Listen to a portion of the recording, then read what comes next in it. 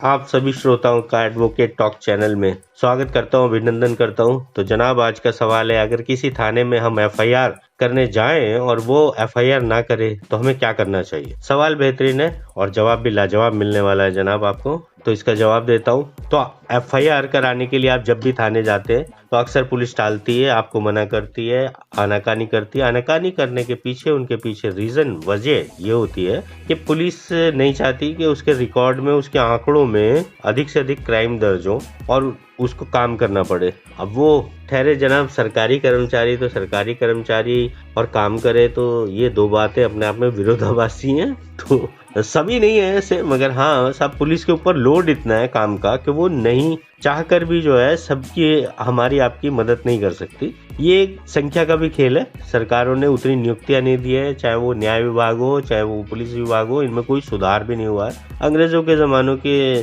कानून अभी भी चले आ रहे हैं और अंग्रेजों के जमाने की व्यवस्थाएं जो अब बिल्कुल चरमराने की कगार पर हैं, वो चल रही हैं। और वो अंग्रेजों के समय के कानून हैं, अंग्रेजों के जमानों की पुलिस है और वही रूल फॉलो हो रहे हैं। तो वो यही दिखाते हैं कि साहब, जैसे अंग्रेजों के जमाने में आम आदमी की हिम्मत नहीं होती थी कि वो अंग्रेजी पुलिस के आगे एक शब्द भी बोल सके, आज भी वही परिस्थिति है, स्थिति है साहब। उन्हें जनता का सेवक कहा जा सकता है पुलिस वालों को, मगर असल में वो सेवक नहीं है, क्योंकि वो सेवक जैसा व्यवहार मुश्किल ही आपको देखने को मिलेगा। अपवादों को छोड़ दें, बहुत सारे लोग अच्छे भी हैं पुलिस डिपार्टमेंट में, ऐसा नहीं है, मगर थाने में एफआईआर जहां तक कराने का सवाल है साहब, वो एक बड़ा मुश्किल और कठिन काम है। आपके साथ कोई वारदात हुई, कोई अपराध हुआ, आपको जरूरत होती है कि आपके अपराध को दर्ज किया जाए। उस दर्ज करने को ये एफआईआर दर्ज करना कहते हैं, जिसे हिंदी में प्रथम सूचना रिपोर्ट भी कहते हैं। आप थाने पे देते हैं, वो रजिस्टर्ड एक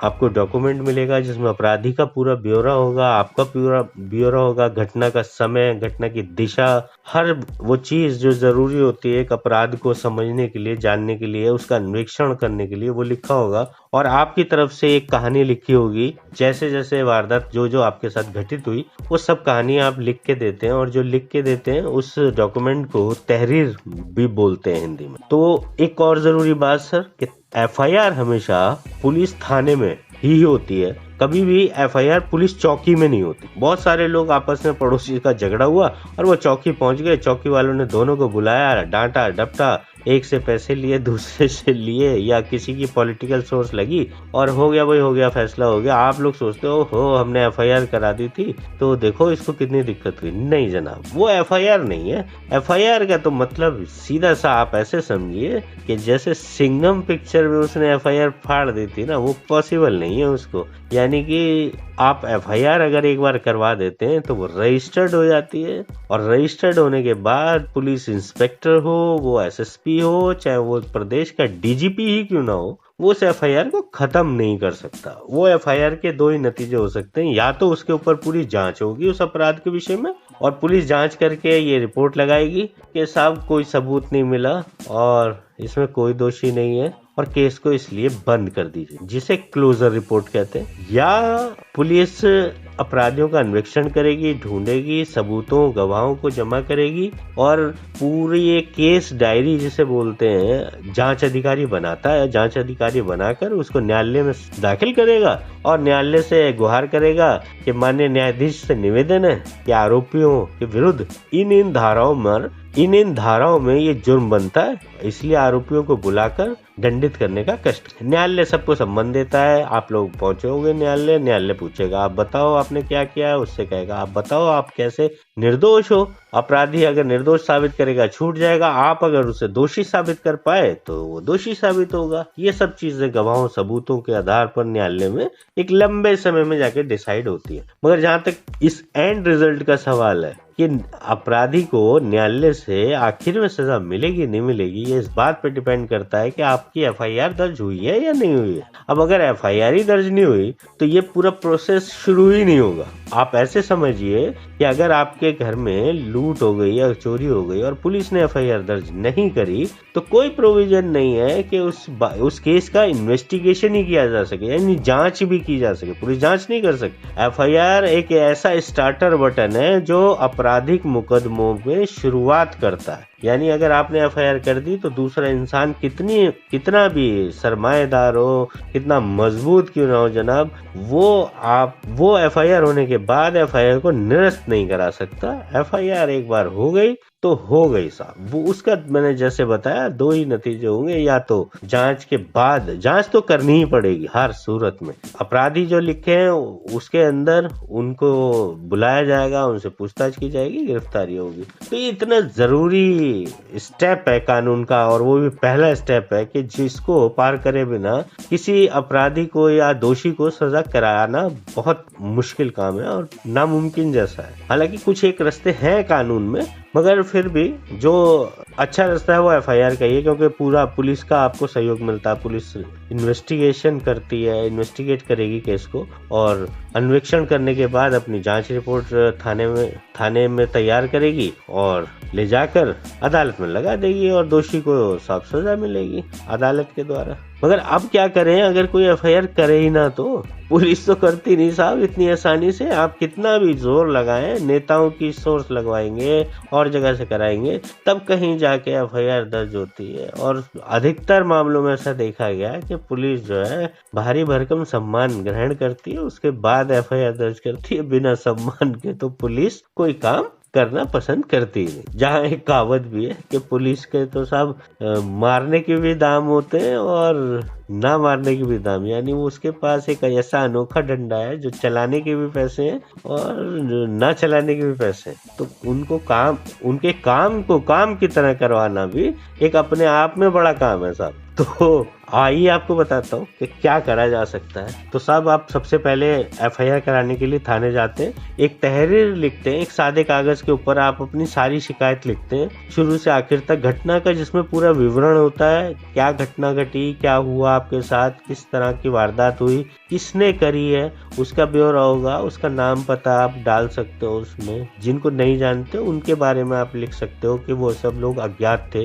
या 2 जने आए थे, रामू शामू, और इनके साथ 4 लोग और थे जिन्हें मैं देखने में पहचान लूंगा या लूंगी। इस तरह का आप लिख के पूरा घटना का ब्यौरा आप थानेदार को देते हैं, एसएचओ को देते हैं। एसएचओ साहब उसको देखते हैं और जो है उनकी मर्जी है साहब, वो जब आपकी एफआईआर दर्ज करें या न करें। तो कई बार नहीं भी करते, टालते हैं, पुलिस आपसे ही उल्टा पूछताछ करने लगती है, आप ही से बोलती है अरे ऐसी जगह गए क्यों थे जहाँ सुनसान था, तुम्हारे साथ लूट हो गई, अरे किसने बोला था तुम सोने की चेन पहन के निकलो, अब देखो छिन गई ना, अब क्या करोगे, हमारे पास क्या आए हो, हमारे पास क्या जादू की छड़ी है तुम्हारी चेन ढूंढते। अरे क्या जरूरत थी इतना महंगा मोबाइल लेके हाथ में चलने की, सड़क पे बात करने की, अब छीन के ले गया, अब तुम हमारे पास आए हो। हाँ, तो इस तरह का बहानेबाजी, इस तरह का ग्रिलिंग, यानी कि जो बेचारा पीड़ित होता उसी को डरा धमका के इतना परेशान करते हैं कि वो अपने घर आके शांत होके बैठ जाए। उसके पीछे रीजन यही होता है कि वो नहीं चाहते उनका रिकॉर्ड खराब हो। अगर रिकॉर्ड खराब होगा, थाने में ज्यादा एफआईआर दर्ज होंगी, जुर्म ज्यादा दिखेगा आंकड़ों में, तो नेता और जो है अफसर साहब दरोगा जी की नौकरी पे गाज ला देंगे, नौकरी पे आफत आ जाएगी सब। तो वो नहीं चाहते दरोगा जी भी कि भाई मेरे थाने में अधिक से अधिक क्राइम नजर आए, तो वो एफआईआर दर्ज नहीं करते। अब आप परेशान है कि एफआईआर दर्ज नहीं करी, तो उसमें कानूनन आप जो कर सकते हैं वो फर्स्ट स्टेप है, आप सीधा एक एप्लीकेशन लिखेंगे जिले के कप्तान के नाम, एसएसपी के नाम, जहाँ एसएसपी नहीं है वहाँ कमिश्नर के नाम, और ऐसे में आप उस एप्लीकेशन में सारा अपना घटना का ब्यौरा जो आपने तहरीर में लिखा था घटना के बारे में, और सारा ब्यौरा देने के बाद साथ ही आप अंत में लिखेंगे कि साहब मैं पुलिस स्टेशन भी गया था मगर मेरी एफआईआर लॉन्च नहीं करी, इसलिए श्रीमान जी से निवेदन है मेरी रिपोर्ट दर्ज करने की कृपा करें। और आप उसको मैं सबूत बनाकर स्पीड पोस्ट से भेजेंगे। स्पीड पोस्ट की रसीद और उस रसीद के साथ में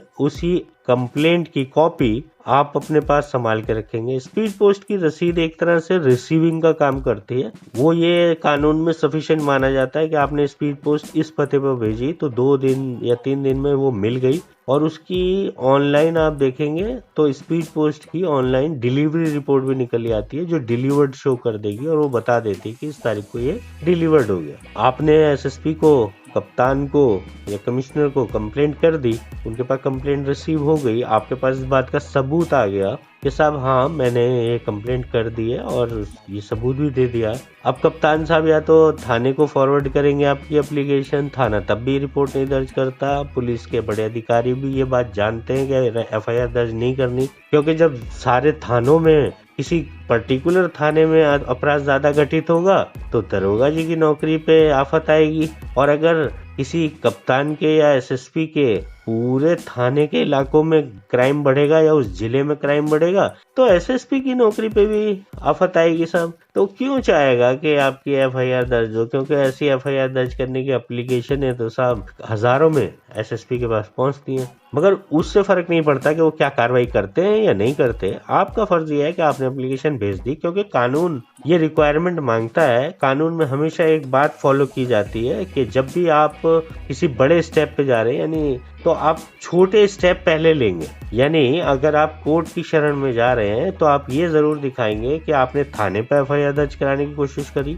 आपने उसके बाद एसएसपी को भी यानी पुलिस के बड़े अफसर को भी एफआईआर दर्ज कराने के लिए एप्लीकेशन दी, प्रयास किया, वो दोनों प्रयास विफल हो गए, इसलिए अब आप अदालत आए। यानी हर कोई आदमी अगर सीधा अदालत पहुंच जाए तो अदालतों के पास तो वैसे ही वो ओवरबर्डन्ड है, तो कितना बड़ा उनके लिए एक अलग से काम निकल जाएगा कि वो उस प्रेशर को झेल ही नहीं पाएंगे ना साहब। तो उस प्रेशर को रिलीज करने के लिए, उस प्रेशर को हटाने के लिए अदालतों ने या कानून ने ये प्रोविजन किया हुआ है कि आप पहले छोटे स्टेप्स फॉलो करेंगे। तो आपने सारे स्टेप फॉलो कर लिए, आप थाने चले गए, आपने एसएसपी को एप्लीकेशन लगा दी, दोनों काम करने के बाद भी आपकी एफआईआर लॉन्च नहीं हुई। आपने एसएसपी को एप्लीकेशन लगाने के बाद 2 से 3 दिन, 5 दिन, 1 हफ्ता, 2 हफ्ता, जितना आप उचित समझे उतना आपने इंतजार किया। अगर आपकी एफआईआर अभी भी लॉन्च नहीं हुई तो आप सीधा कंसर्न थाने के जुडिशियल मजिस्ट्रेट के न्यायालय में, बड़े शहरों में मेट्रोपॉलिटन मजिस्ट्रेट भी हो सकते हैं, जुडिशियल मजिस्ट्रेट भी हो सकते हैं, जेम भी हो सकते हैं, वो पावर के ऊपर है। जहाँ थाना,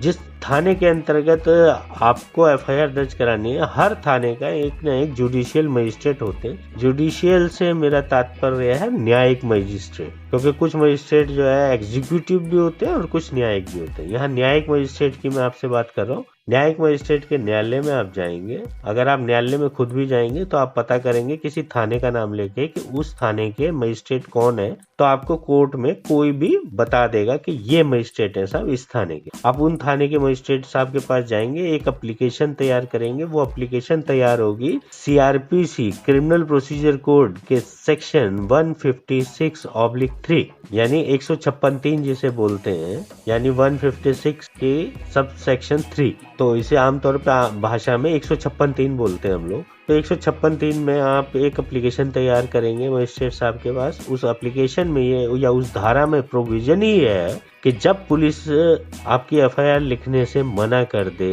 रिफ्यूज कर दे या टालने लगे, तो कंसर्न जुडिशियल मजिस्ट्रेट को ये पावर है कि वो आपकी एफआईआर दर्ज करने का आदेश थाने को दे, और फिर उस आदेश के बाद पुलिस आपकी रिपोर्ट हर सूरत में दर्ज कर ले। मगर साथ ही जुडिशियल मजिस्ट्रेट को ये पावर है कि वो आपकी एफआईआर दर्ज करने की जगह उस एप्लीकेशन में अगर ये पाता है कि कोई क्राइम नहीं हुआ या ये जो आरोप है ये गलत है या इसमें एफआईआर होने की जरूरत नहीं है, या प्राइम एफएसआई यानी पहली नजर में ऐसा कोई क्राइम ही नहीं होना प्रतीत होता कि जिसकी जांच की जा सके, तो जुडिशियल मजिस्ट्रेट आपकी कंप्लेंट को या तो खारिज कर देंगे, यानी पुलिस को एफआईआर दर्ज करने का आदेश नहीं देंगे, या उन्हें लगता है कि साहब ये केस ऐसा है कि इसमें पुलिस इन्वेस्टिगेशन की आवश्यकता नहीं है, तो क्यों ना इसको कंप्लेंट केस की तरह ट्रीट किया जाए, तो कंप्लेंट केस दर्ज करेंगे या एफआईआर दर्ज करने का आदेश देंगे। अगर एफआईआर दर्ज करने का आदेश दे दिया तो आपका आदेश,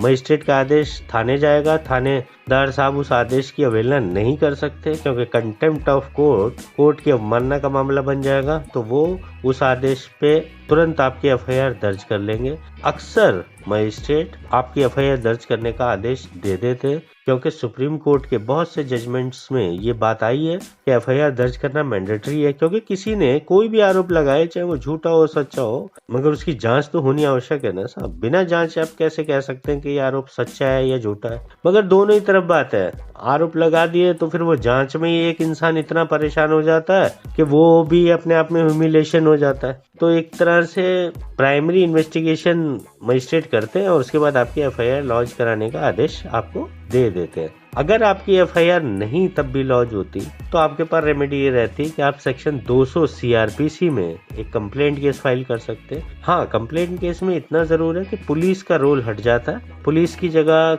मजिस्ट्रेट आ जाते हैं। मजिस्ट्रेट डायरेक्ट अपने पास आपसे गवाह मांगते हैं, सबूत मांगते हैं, आपसे पूरी घटना का ब्यौरा मांगते हैं और वो आपसे अगर संतुष्ट हो जाते हैं और आपकी कंप्लेंट को पढ़कर उन्हें लगता है कि वाकई जुर्म हो गया है और इनके पास इतने सबूत हैं कि आरोपी को बुलाकर दंडित किया जा सकता है या उसका ट्रायल किया जा सकता है, तो वो आरोपी को सम्मन जारी करेंगे और अगर सम्मन के ऊपर वो आरोपी नहीं आएगा तो वारंट जारी करेंगे। यानी इस कंप्लेंट केस में लगभग वैसी ही प्रक्रिया चलती है साहब जैसी प्रक्रिया एफआईआर के बाद होती है या जांच होने के बाद होती, बस इसमें पुलिस जो है वो बाहर हो जाती है, मजिस्ट्रेट अपने आप जांच करते हैं और दूसरे को इंसान को सजा देते हैं। जो लोग नहीं जानते वो उनके लिए मैं बता दूं कि कई बार ऐसा भी होता है कि जिन केसों में आपको एफआईआर लॉन्च नहीं करनी, उन केसों में आप सीधा कंप्लेंट केस भी कर सकते हैं। ये आपके मर्जी के ऊपर डिपेंड करता है, मगर कंप्लेंट केस क्योंकि प्राइवेट नेचर का होता है उसके अंदर आपको खुद ही वकील करना होता है, खुद ही केस को